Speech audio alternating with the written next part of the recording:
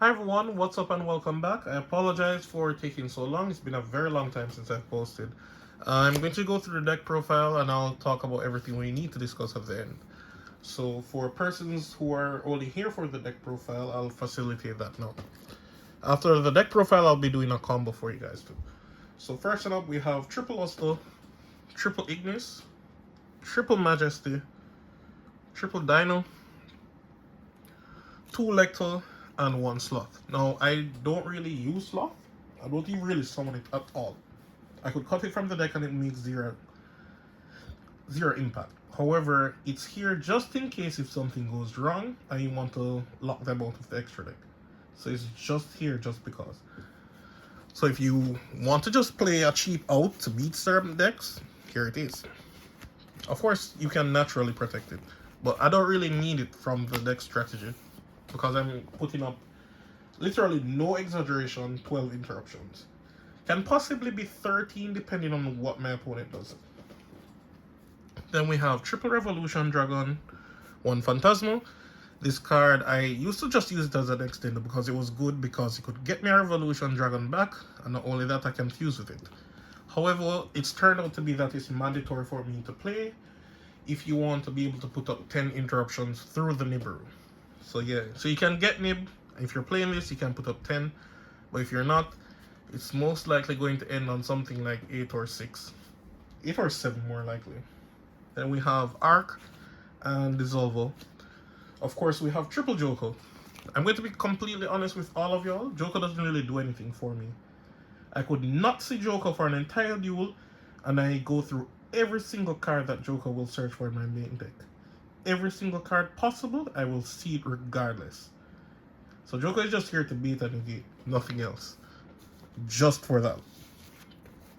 I normally just go, when I go first, just normal summon it first to test if they have Imperm or Ash. Moving on. One Astrograph Sorcerer, one of the MVPs of the deck, said he's at 1, but his effects are not hard ones per turn. His scale effect is, but the monster effects, none of them are hard ones per turn. Then we have Curtain Raiser, who is also best friends with Wakashu, and he has 2 Monk. Then we have triple Bike and 1 Soul Piercer. From that, I'm going to say that the deck is very consistent because if I don't draw the super heavy stuff, that means I'm drawing all the Dracoslayer stuff because it's either. I don't play much spells or traps. The deck just does one thing. So it's super consistent because I normally have full combo when I draw 5 cards. And most times, this plus this by themselves is an entire board of 12 interruptions. No joking, no exaggeration, it is what it is. For your spells, I play triple Face Off and Sky Iris. Now you're going to have persons like, how do you play spells and you play super heavy? Read. Once the first Wakasha goes off, meaning as I start my turn, I do this, I activate it, and I activate its effect to put Monk in scale.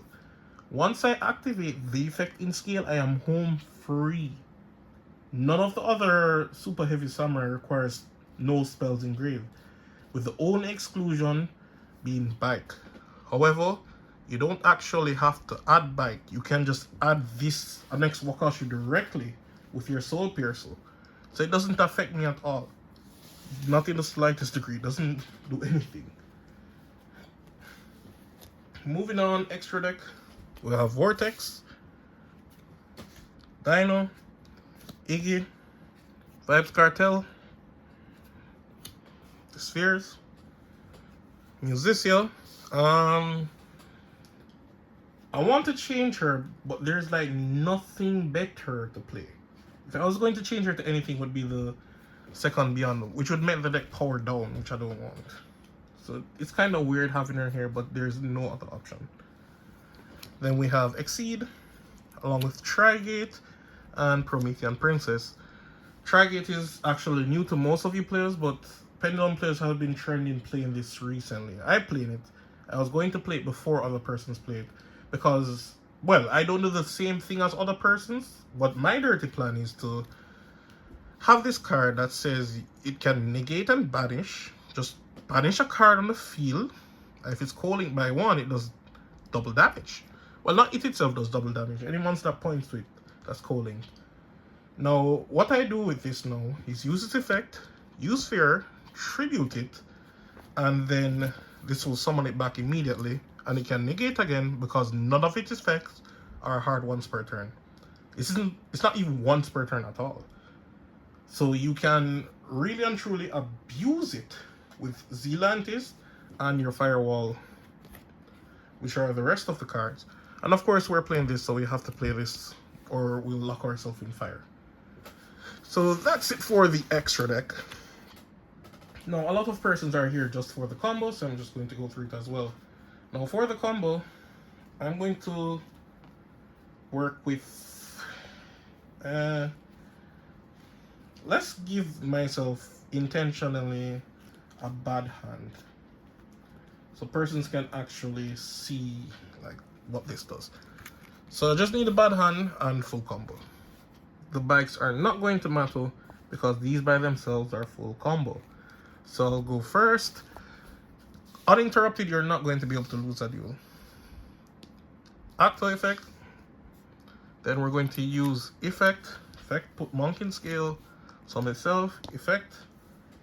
It's Soul Piercer. Soul Piercer's effect. I'll equip. I'll synchro with both of them to go into Ignisto. Chain Link 1. Soul Piercer. Chain Link 2. Wakashu. Wakashu goes in scale, and I'll get to add the next Wakashu. Didn't change a damn thing. Now I'll use this effect of Ignisto. I'm going to summon Majesty. Her effect. I'll get to add a field spell, and I'll pitch any card but the Wakashu. I'm going to need him towards the end. He's not to be used at all. I don't want him in the grave, I need him in my hand. Now I'm going to link with both of these into Exceed. And Exceed's effect, I'll get to add Astrograph. Now Pendulum back, just the 2 cards, that's all I really need. I'm going to Exceed into Dagaris. Dagaris effect. I'll get back my Ignisto in defense. Doesn't really matter. Effect. I'm not locked into anything yet, so I can freely summon water. So I can summon this. Now I'm going to lock myself into fire because I'm going into the princess. Princess effect. I'll summon back Ignisto. This time in attack position. And because I want to remove the lock immediately, I'll link with them into Amphibian. The wheel. Effect. I get to summon from deck. I'm going to summon next copy of Majesty. The reason why I want to do this is because I want a Majesty in hand. So I'm going to tribute both of them. Get Dino on the field. Dynamite effect will trigger, getting her to my hand. Now, unfortunately, for this combo, because I don't have a next Dracoslayer in my hand, I'm going to be required to summon this from my hand. So before I do that, I'm going to use the effect. So now the Dracoslayers can be targeted or destroyed. Now that should be like a serious milestone at this point, because I don't imagine someone would let us go this far. But moving on. So Dino effect, special summon. Now I can link off with this and get into Zealantis. Zealantis effect, I'll banish everybody, and we get to come back. So these are going to be in the corner zones. Zealantis can either go in the corner, which is a very good practice, but I don't need it in the corner. So it's going to be there, and this is here. It doesn't change anything, you don't have to worry. However, if I got Nibirude, I have to summon him in the corner to be able to do the entire combo. So effect, because I've summoned it again, it's a fresh new copy. I'll link with both of these and go into Musiccio. Musiccio, thankfully, is not an unsummon effect, so I can clutch for a bit and wait. However, I'll now use Ignister's effect. I'll get to summon anything from the deck. It's always best if you summon the fire one first. The reason why is that if anything goes wrong, the fire one can always be popped and summon anything that's necessary at that point. Now I can use the rest of these to go into our singularity. This opens up a lot of zone and space for us. And now it's time. So we're going to activate the Sky Iris effect, pop, and we're going to add our first Revolution Dragon. We'll activate it. This is the effect, pop, get back Ignisto. Astrograph effect, because my Revolution was destroyed, and I get to add a card that was destroyed this turn, the next copy of a card that was destroyed this turn, rather. So I'm going to add the next Revolution Dragon. So this is my second one. You can activate it immediately. Ignister's effect. I get to summon from deck. Remember, you can't summon multiple of the same thing. So from now I'm going to thin out all the losses from my deck. So I'm going to link with all of these. Appaloosa 4/4.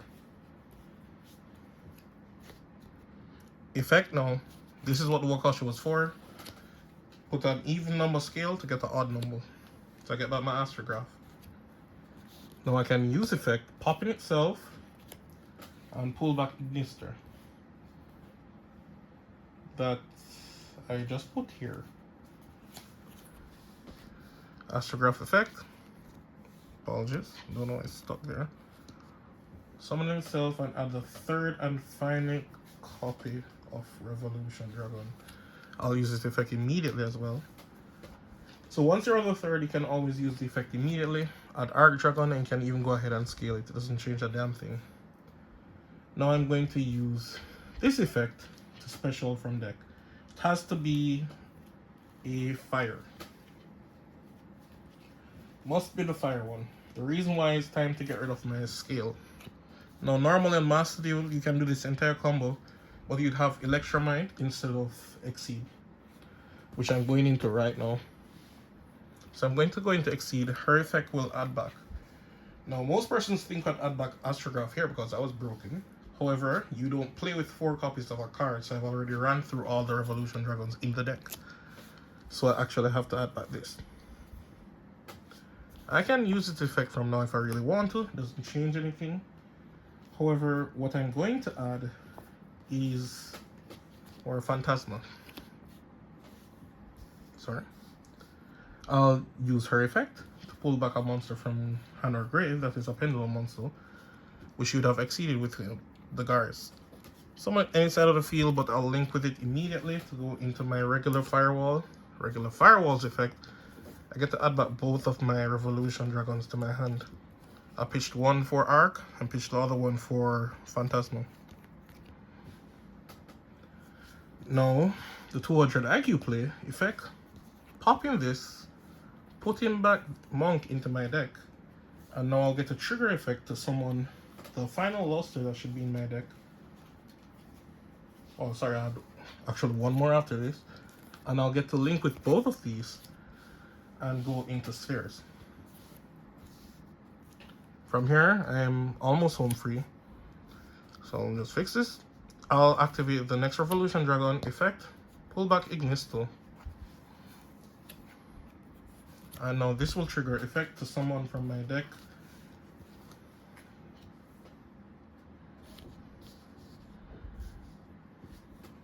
I can activate Phantasma in scale effect, pitch one of these, and add Revolution Dragon back to my hand. I'll also use this effect, special summon from deck. We can do it now, doesn't change anything. Effect, I already use it so I can fuse with it safely now. So Vortex is in the corner. I'll link with both of these and this, and I'll get this on the pitch. Singularity effect will pull back. I'll activate another effect, and I'll bring this here. This is the full setup. Now, it's a lot of interruptions, but most persons don't really get what's going on. As I discussed, this is not a hard once per turn. So you want to negate with this first, then when your opponent plays any card, I don't really care. As long as it's not a card that they're just going to special back or something like that. You're going to use Seal's effect, tributing this. Bounce their card. Singularity comes back with this again and it can negate again. So that's 3 interruptions. 4 negates of Apolloso. 4 plus 3 is 7. Then this is also a negate. So that's 8. This bounces back 1. That's 9. This bounces back 3. That's 10. So how do I get 12? Well, if my opponent special summons another monster, now this is your last resort, you're going to pop and this. And of course, you have I'm the Will in deck, which this card doesn't target when it pops. That's interesting. Especially for something that can be used in damage step. That's wilding. So Amla Whale doesn't target. You can just banish it and pop something. So in total, you would have gone through 12 interruptions. But if your opponent did something stupid like find a way to destroy this archetype right back and bounce them back to the hand. So like if somebody activates Imperm, I don't negate it. However, this is bad practice. You should summon this in attack position. Let them feel like they should Lightning Storm, because if your opponent has Dark Ruler plus Lightning Storm, this still clutches. Now, is the board unbreakable? No, despite feeling that way, it is very breakable. I've had an experience where my opponent activated this weird quick play spell that he can't respond to, and he tributed them for a god card. And then he sphere mode me again, tributing the next 3, and I was looking on a Slifer. Like, they cleared the entire board. Fortunately, they had to tribute sphere, so I could clutch, but I still won. Because this is engrave, hold back. This pops without targeting. And even if your opponent cleared the entire board, this pop itself, pull back Ignisto. This comes back, bounce. Ignisto summons from deck. You can pop. This doesn't get banished when it comes back, so it pops their card. You will win that grind game easily. They would have to clear your entire board in one go. And that's highly likely not going to happen. But yeah, that's it for the combo. Now we can discuss things like the ban list. For me, the ban list was okay. I'm not going to lie to you. It was okay. Like, Kieran didn't grant me any favors. Kieran looks like nice and all right now, but Kieran could go to 9 and not make a difference. I'm not going to lie to you. I don't have an issue with Colossal coming back, but I do have an issue with Protoss. There's no Zerg to beat that right now.